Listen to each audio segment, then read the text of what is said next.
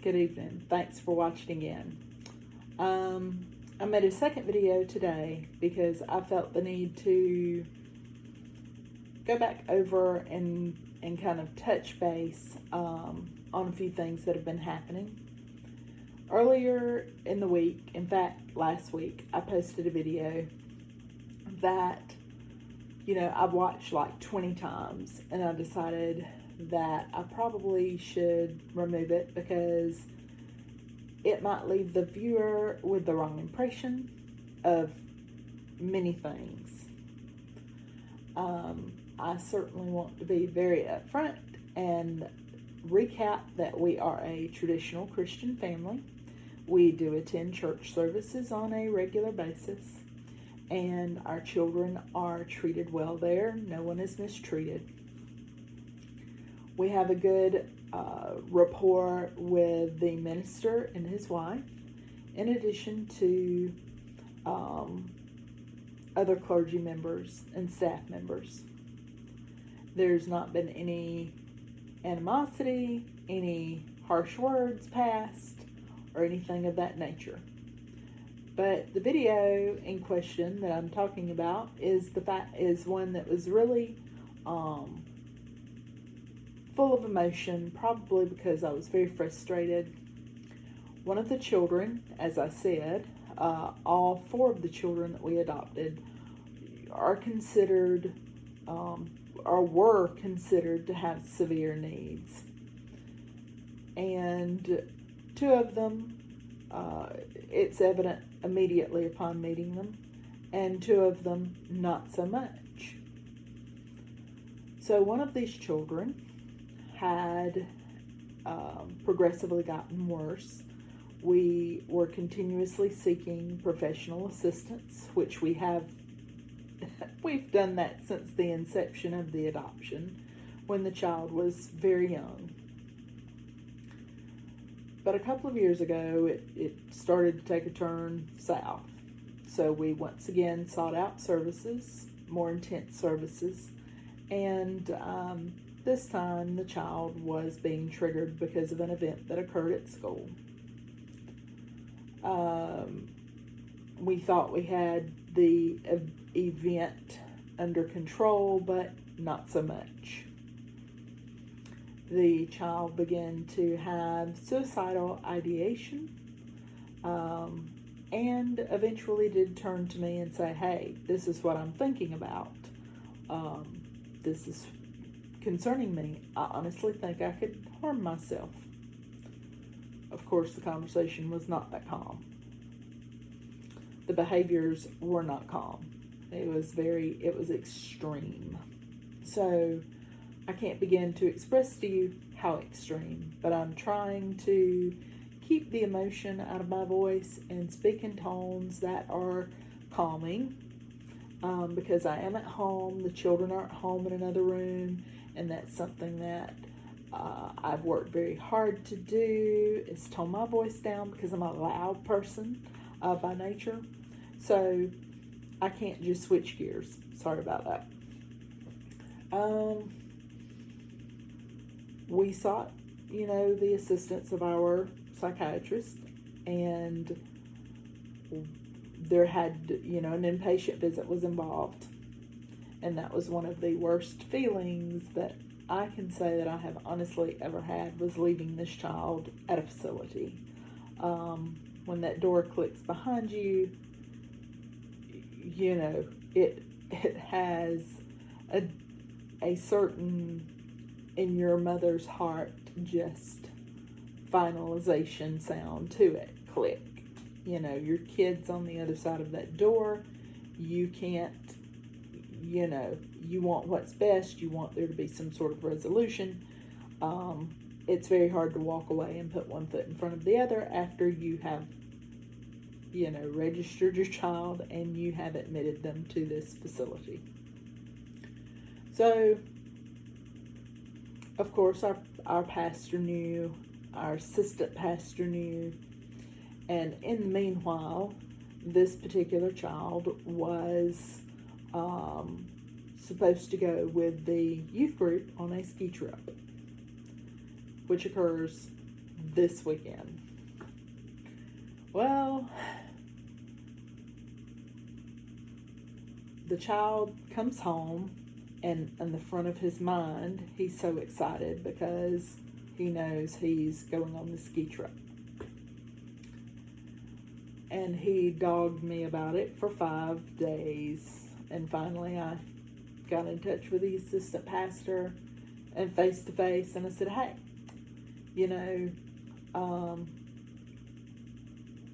Caleb really wants to go on the ski trip. And she gave me a polite brush off. Well, look, I can read between the lines. I've worked with doctors and lawyers long enough to know I'm a mom. I know what that sounds like, and I know what that means. So I wasn't going to make an issue out of it, and I did not make an issue out of it. But yet and still, it was one of those note to self moments. Now, why was it a note to self moment? Let me explain this to you. It is not because I'm angry with the associate pastor. It's not because I feel that my child is being mistreated. It definitely is a note to self moment because it shows you that all in all, people who have mental health issues and diagnosis are left out. They're deferred to the back of the line. We just don't know how to interact with you appropriately. We don't know what what we're afraid to interact with you. We're not certain where you're at, and we'd just rather not. We don't even want to discuss it. We don't want to talk about it. It's not an open forum to discuss it. And I felt that at that point, there was no need to carry any kind of conversation further, because that to me was the door being slammed. Just not going to happen. And it didn't hurt my feelings for the reason that you would think.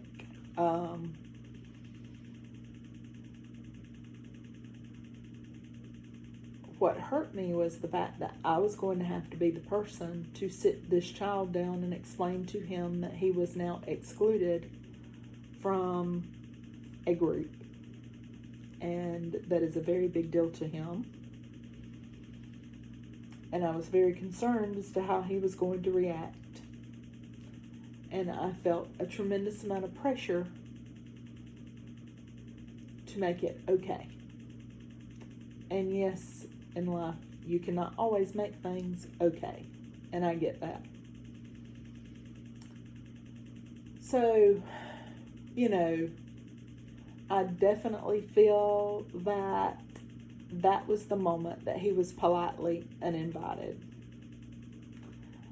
Again, I get it. They don't want the liability. They don't want the, you're going to take this child off and he may disappear into a snowdrift, never to be seen again, and then you are responsible. You may take him with you and everything seems great, and oops, he forgot his medicine, and then he's, having a uncontrollable rage. It's doubtful that those things would happen. Very doubtful. But can I say to you, it's not in the realm of possibilities. I can't. So I am very empathetic to their concerns, and I get it. And it's not a battle that we're going to fight. So I was extremely concerned, upset, and frustrated, and certainly felt like, okay, the level of concern that's being shown towards, or the level of, the word I used was fawning, because it kind of is, over another child in the home, by this group. Don't get me wrong, I am pleased that you think enough of this child that you want this child to be part of your group because the child enjoys it. But the second child has a far more severe diagnosis than the first child.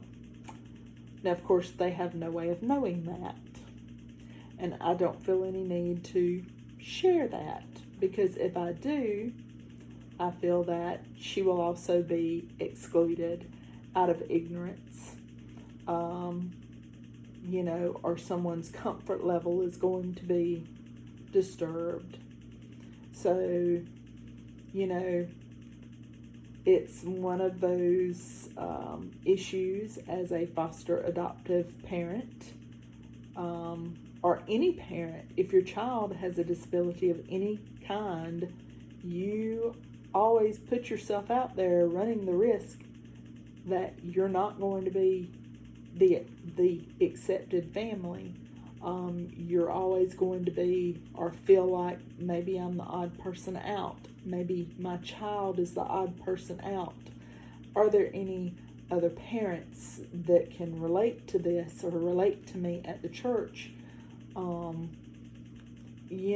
And in many places, I will tell you, that's something that I would have never thought that we would have faced, but we have faced that in the past. And it's just not something you think of when you go down the path of foster adoption or fostering, or adopting, or if your child has a mental illness or a special needs designation attached to their name. But it is a very frustrating place to find yourself.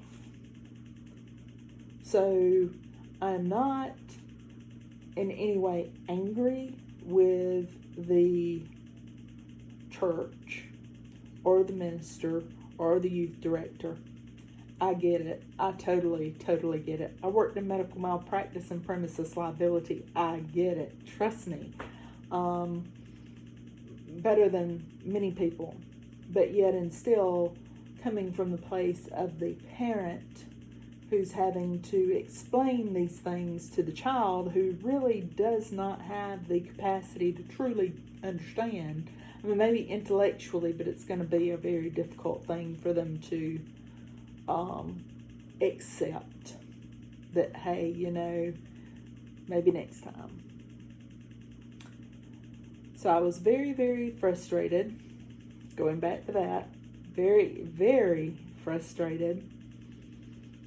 And I know that it possibly, if you saw that video, it came across that I was like really angry and really upset. But it's more of a frustration at the situation, not the people. Now let me give you an update. Yesterday, because the ski trip is supposed to take place this weekend, leaving in 3 days, the child says, am I going to be able to go on the ski trip? And I said, well, can we come in and talk about this? And I need you to be calm, while we have this discussion. And he said, well, by that, I think the answer is no. And I said, yeah, unfortunately, that's true. It is no. And I was going to, and I said, I don't want you to be angry with the people at the church or the youth group, and he said, I'm really not. I think that they are scared of my diagnosis because they don't understand it. And I was just really blown away. His response was nothing short of miraculous. And I truly had been praying for him to have some acceptance in his heart when the news was handed down. Everyone that was around the table was holding their breath and waiting for this huge explosion, and it never came. So that's the upswing, the upside, the great thing. So hopefully the new medication that he's been assigned is truly allowing him to stop, take a breather, and think before he reacts. So there you go. But I just felt like I needed to clarify what I had previously posted. It was very coarse. It was very raw. It was 100% emotional response, and I think most parents get that. Most mother bears get that. You want to protect your children. You don't want them to feel hurt or pain or have their feelings hurt or be excluded. But sometimes it happens. And I guess the big question is, when it happens, how are you going to use that as a teaching moment for your child? And how are you going to use that as a teaching moment for the people who made that call, that your child shouldn't attend? Or it could be a school friend that, their parents won't allow them to come over and play because of your child's, odd behavior or your child's disability. So you can kind of apply that in all realms, not just a church setting. So I just wanted to clarify where I was going with that video. So you all have a good evening. Thanks.